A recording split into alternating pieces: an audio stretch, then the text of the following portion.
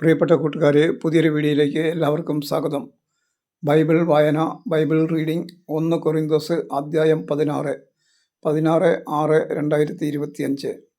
1 കൊറിന്തോസ് എന്ന സുവിശേഷത്തിൽ നിന്ന് 16-ാം അധ്യായമാണ് ഇന്ന് വായിക്കുന്നത്.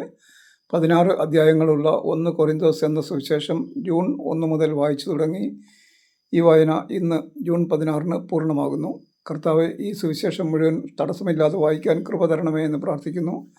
കർത്താവ് ഈ വചനവായന കേൾക്കുന്ന എല്ലാവരെയും അനുഗ്രഹിക്കണമേ എന്ന് പ്രാർത്ഥിക്കുന്നു. കർത്താവായ യേശുക്രിസ്തുവിൻ്റെ കൃപ എല്ലാവരിലും ഉണ്ടാകട്ടെ. 1 കൊറിന്തോസ് അധ്യായം 16. വിശുദ്ധർക്കുള്ള ധർമ്മശേഖരണം. ഇനി വിശുദ്ധർക്ക് വേണ്ടിയുള്ള സംഭാവനയെപ്പറ്റി പ്രതിപാദിക്കാം. ഗലാത്യയിലെ സഭകളോട് ഞാൻ നിർദ്ദേശിച്ചതുപോലെ നിങ്ങളും ചെയ്യുവിൻ. ഞാൻ വരുമ്പോൾ പിരിവൊന്നും നടത്താതിരിക്കുന്നതിന് നിങ്ങൾ ഓരോരുത്തരും കഴിവനുസരിച്ചുള്ള തുക ആഴ്ചയിലെ ആദ്യ ദിവസം നീക്കിവെക്കണം. ഞാൻ വരുമ്പോൾ നിങ്ങളുടെ സംഭാവന കൊണ്ടുപോകുന്നതിന് വേണ്ടി നിങ്ങൾ അംഗീകരിക്കുന്ന വ്യക്തികളെ എഴുത്തുമായി ജെറുസലേമിലേക്ക് അയച്ചുകൊള്ളാം. ഞാൻ കൂടെ പോകേണ്ട ആവശ്യമുണ്ടെങ്കിൽ അവർ എന്നോടൊപ്പം പോരട്ടെ. യാത്രയ്ക്കുള്ള ഒരുക്കങ്ങൾ. ഞാൻ മക്കദോനിയയിൽ പോയിട്ട് നിങ്ങളെ സന്ദർശിക്കുന്നതാണ്. എനിക്ക് അവിടെ പോകേണ്ടതുണ്ട്. ഞാൻ നിങ്ങളുടെ കൂടെ കുറേ നാൾ, ഒരുപക്ഷെ ശീതകാലം മുഴുവൻ ചെലവഴിച്ചെന്ന് വരാം.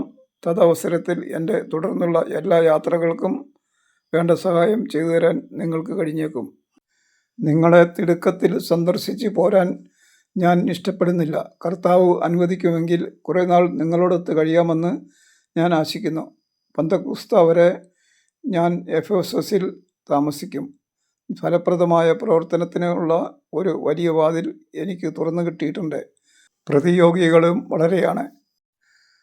തിമോത്തേയോസ് നിങ്ങളുടെ അടുത്ത് വരുമ്പോൾ നിങ്ങളുടെ ഇടയിൽ നിർഭയനായി കഴിയാൻ അവന് സാഹചര്യങ്ങൾ ഉണ്ടാക്കി കൊടുക്കണം.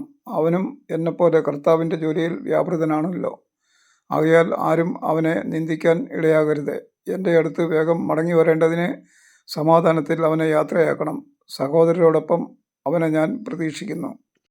മറ്റ് സഹോദരരോടൊത്ത് നിങ്ങളെ സന്ദർശിക്കണമെന്ന് ഞാൻ നമ്മുടെ സഹോദരൻ അപ്പോളസിനെ വളരെ നിർബന്ധിച്ചതാണ്. എന്നാൽ ഈ അവസരത്തിൽ നിങ്ങളുടെ അടുത്ത് വരാൻ അവന് ഒട്ടും മനസ്സില്ലായിരുന്നു.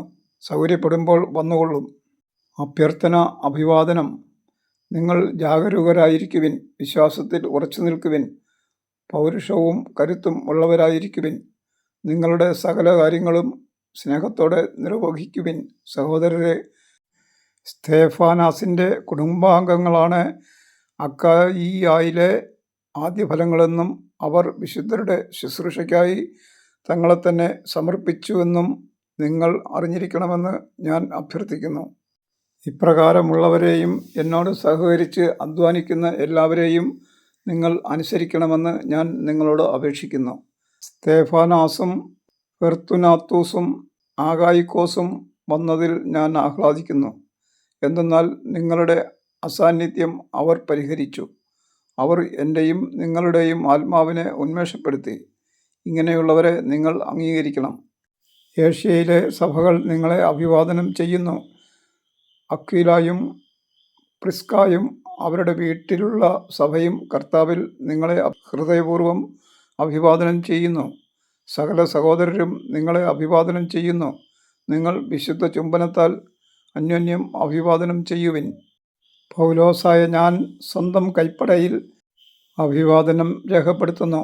ആരെങ്കിലും കർത്താവിനെ സ്നേഹിക്കുന്നില്ലെങ്കിൽ അവൻ ശപിക്കപ്പെട്ടവനാകട്ടെ.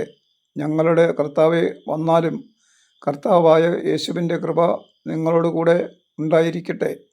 യേശുക്രിസ്തുവിൽ എൻ്റെ സ്നേഹം നിങ്ങളെല്ലാവരോടും കൂടെ ഉണ്ടായിരിക്കട്ടെ.